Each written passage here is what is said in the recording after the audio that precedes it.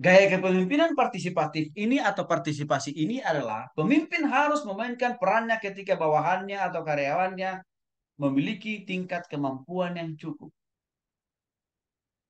Artinya, dia sudah punya pengetahuan tentang pekerjaan pelayanan tanggung jawab, dia sudah tahu. Bahkan orang ini pun juga sudah punya pengalaman mengerjakan pekerjaan tanggung jawab pelayanan yang kita sudah percayakan. Dia sudah punya pengalaman untuk kali. Tapi ada satu persoalan. Motivasinya rendah. Semangat juangnya rendah. Itu kira-kira. Ini bisa juga kita temui di dalam pelayanan atau juga dalam pekerjaan usaha dan bisnis, Bapak.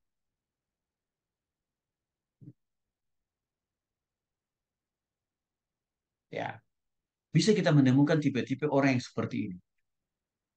Pengetahuannya oke, keterampilannya oke, kita lihat kurikulum vitae-nya, wih, pengalamannya dia sudah luar biasa. Pernah melayani, pernah bekerja di berbagai tempat atau di berbagai gereja gitu. Tapi waktu kita kasih tanggung jawab, melempem, tidak mau move on, tidak mau melakukan pekerjaan dan tanggung jawab. Pemimpin kalau menemukan orang yang begini, jangan stres, jangan frustrasi jadi pemimpin Bapak Ibu. Kita masih punya gaya kepemimpinan partisipasi. Artinya apa? Dalam kondisi karyawan atau tim pelayanan yang etos kerjanya rendah, etos pelayanannya menurun, ya, dalam melakukan tugas tanggung jawab serta pelayanan yang dipercayakan kepada dia, maka apa yang harus kita lakukan? Pemimpin bangun komunikasi secara personal dengan orang yang bersangkutan ini. Masalahnya apa? Persoalannya apa? Kendalanya apa? Kenapa dia tidak termotivasi? Kenapa dia tidak antusias melakukan tugas tanggung jawab pekerjaan itu? Komunikasi. Jangan langsung di SP3, dipecat. Karena itu bukan solusi, Bapak Ibu. Jangan langsung ujuk-ujuk kita copot, kita ganti. Itu juga tidak jalan keluar. Ya, itu bukan jalan keluar. Karena kalau langsung kita SP3 kan orang itu, ya, kita copot, kita ganti orang, belum tentu juga lebih baik. Ya, maka kita perlu menanyakan apa kendalanya, apa masalahnya, kesulitannya, dengan mendengarkan keluhannya, persoalannya, maka kita tahu bagaimana caranya menolong dia keluar dari kendala dan kesulitan itu. Oke, yang kedua, dalam gaya kepemimpinan partisipasi ini, ya, mungkin orang itu, ya, belum mendapatkan output apa yang akan dia terima kalau dia bisa menunaikan, mengerjakan tugas dan tanggung jawab itu. Artinya apa? Dia belum tahu betul, dia belum paham persis benefit apa, keuntungan apa yang bisa dia terima. Sehingga rendah motivasi atau semangatnya dalam menyelesaikan tugas pekerja dan pelayanan itu. Nah, Tuhan Yesus memakai gaya kepemimpinan partisipasi ini juga. Di dalam Matius pasal 28 ayat 20 bagian B. Di sana dikatakan, dan ketahuilah, aku menyertai kamu senantiasa sampai pada akhir zaman. Artinya apa? Tuhan Yesus itu sebelum dia naik ke surga, dia meyakinkan, dia memotivasi atau mendorong para murid itu. Walaupun aku akan pergi ke rumahku, lalu meninggalkan kalian di bumi ini, jangan takut, jangan gentar, jangan kecut dan tawar hati, tetapi tetaplah semangat. Karena aku, kata Yesus, menyertai kamu, menjagaimu, memeliharamu, membimbingmu, menopangmu, menolongmu, memberkatimu. Itu ditegaskan oleh Tuhan Yesus. Detik-detik terakhir Yesus mau pergi ke surga. Bahkan di sana dikatakan senantiasa. Artinya apa? Setiap detik, menit, jam, hari, minggu, bulan, dan tahun. Dalam situasi keadaan apapun, Yesus katakan, aku menyertai kalian. Aku mengawasi kalian. Aku membimbing kalian. Aku menjaga kalian. Aku memberkati kalian. Termasuk waktu menghadapi ancaman, persoalan, pergumulan, kesukaran. Makanya menarik. Yesus berjanji penyertaannya dia, pemeliharaannya yang senantiasa itu bukan hanya situasional. Bahkan sampai akhir zaman. Maksudnya sampai akhir zaman ini di mana? Sampai Yesus kembali turun dari tempatnya di surga ke dunia ini. Itu bicara tentang kedatangan Tuhan Yesus yang kedua kali.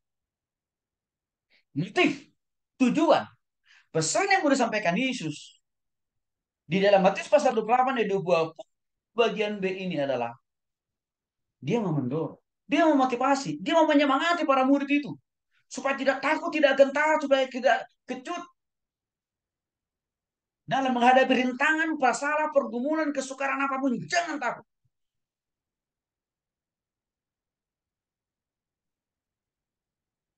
Tujuan akhirnya supaya mereka tetap melakukan tugas fungsi pemberitaan Injil itu sampai Tuhan Yesus datang kedua kali. Hasilnya apa? Setelah Yesus pun pergi ke surga, Bapak Ibu, semangat para murid-murid itu dengan gaya kepemimpinan partisipatif yang Yesus lakukan kepada mereka, yaitu di mana Yesus memotivasi, menyemangati mereka. Tidak ada ketakutan, tidak ada kegentaran para murid itu untuk memberitakan Injil ke semua tempat, termasuk kepada kita. Walaupun mereka menghadapi berbagai ancaman, masalah, pergumulan, bahkan pembunuhan, mereka seringkali alami.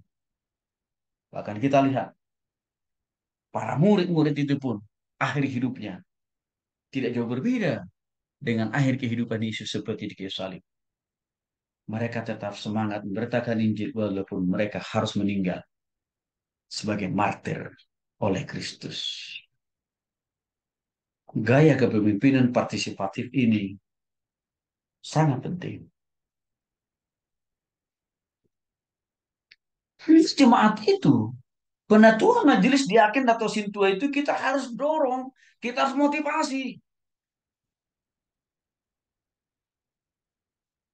Lewat setiap firman Tuhan yang kita ajarkan, yang kita khotbahkan, yang kita sampaikan kepada mereka. Supaya mereka tetap semangat melakukan pelayanan. Walaupun mereka menghadapi tantangan, persoalan, dan pergumulan. Seperti yang dialami oleh para murid itu.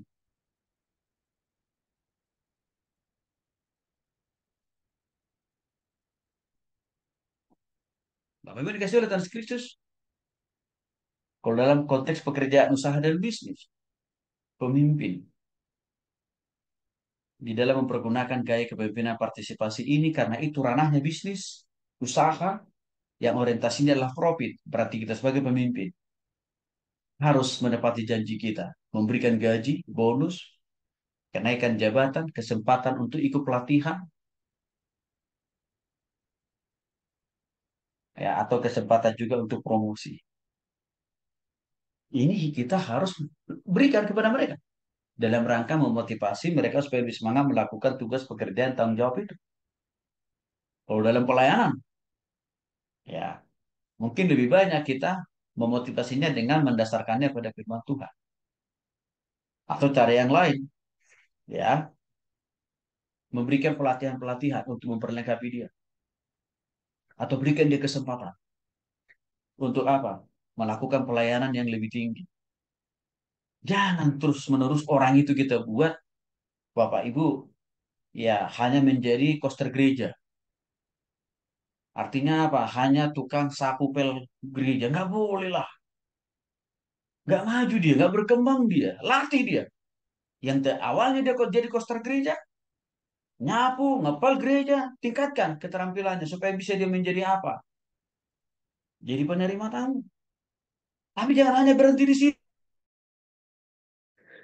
Ya,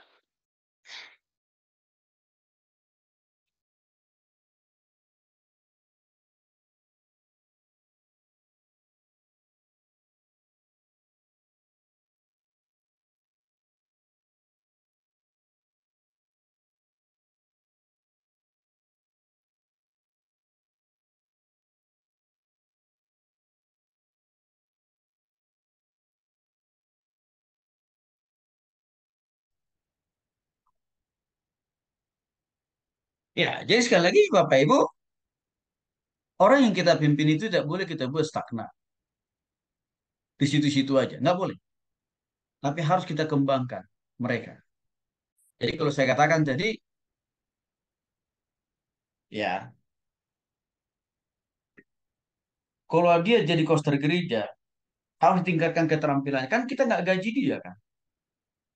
Tapi kita berikan apresiasi, dorongan, motivasi dalam bentuk yang lain. Kalau gereja belum bisa sanggup menggaji dia. Caranya apa? Kasih kesempatan pelayanan yang lebih. Dari koster gereja menjadi penerima tamu, aser. Tapi jangan hanya di situ aja. Kasih dia kesempatan, latih dia untuk bisa jadi apa? Jadi WL, jadi singers atau MC, tim pemain musik. Tapi jangan sampai di situ saja. Latih lagi dia untuk bisa apa? Memimpin komsel. Cukup nggak berhenti sampai di situ? Ya enggak. Ajar lagi dia untuk bisa dia apa? Berkhotbah, bahkan mengajar. Hal-hal yang begini kan bisa kita lakukan dalam rangka memotivasi orang dalam konteks pelayanan. Jadi Bapak Ibu yang dikasih oleh Tuhan Yesus Kristus, kita sebagai pendeta jangan takut. Kalau jemaat pada tua majelis itu kita kembangkan terus menerus, lalu mereka misalkan sudah bisa dalam tahap mengajar dan berkhotbah, lalu kita takut, wah nanti mimbar itu hanya menjadi milik dia, saya nggak bisa lagi khotbah. Itu namanya pemimpin yang tidak berkembang, pemimpin yang tidak punya visi. Bapak Ibu, saya lebih senang mengembangkan orang ya daripada melakukan seorang diri pelayanan itu. Saya lebih senang. Maka dalam konteks pelayanan di mahasiswa di anak-anak muda Bapak Ibu, ya, saya konsisten memberikan motivasi dengan melatih, membimbing, mengembangkan kemampuan mereka. Sampai anak-anak mahasiswa itu Bapak Ibu ya, mereka bisa khotbah dan mengajar. Maka saya tidak perlu harus selalu tiap minggu ya menjadi pengkhotbah tunggal di tempat itu. Ya, mahasiswa yang senior-seniornya yang sudah lebih rohani, sudah dewasa, itu yang saya delegasikan. Lalu saya membuka pelayanan yang baru. Sehingga pelayanan itu bisa subur dan berkembang. Nah, ini dalam konteks pelayanan, gaya kepemimpinan partisipasi harus kita lakukan. Dalam dunia kerja, saya katakan tadi, karena orientasinya adalah profit atau mencari keuntungan, maka kita harus kasih gaji yang standar, Bapak Ibu. Ya, atau bonus-bonus dari prestasi dia. Serta apa? Kenaikan-kenaikan jabatan. Itu harus kita lakukan. Supaya orang itu termotivasi. Karena tadi, orangnya kan sudah punya pengetahuan. Orangnya kan sudah punya pengalaman ini. Cuman dia butuh support yang lebih. Tapi ada satu hal lagi yang perlu saya tekankan dalam hal kepemimpinan gaya partisipasi ini, Bapak Ibu, khususnya dalam memotivasi orang yang rendah komitmen. Tidak hanya sebatas bentuk uang atau materi loh Bapak. Orang juga butuh yang namanya apresiasi, penghargaan, walaupun itu hanya dalam bentuk kata-kata. Itu bisa kita pakai juga. Jadi jangan selalu berujung pada uang, pada uang, pada uang untuk motivasi orang nggak selalu. Karena kalau karyawan kita gaji tinggi, itu juga tidak langsung membuat motivasi mereka kuat dalam bekerja atau tetap produktif tanpa dibarengi dengan apresiasi ya terhadap pencapaian-pencapaian mereka. Sederhana saja sebenarnya. Hanya sebatas kata-kata. Oke, kinerja Anda sangat luar biasa. Saya berharap Anda bisa masih lebih lagi bisa melakukan lebih baik di masa-masa yang akan datang. Orang senang kan gitu. Nah, jadi bentuk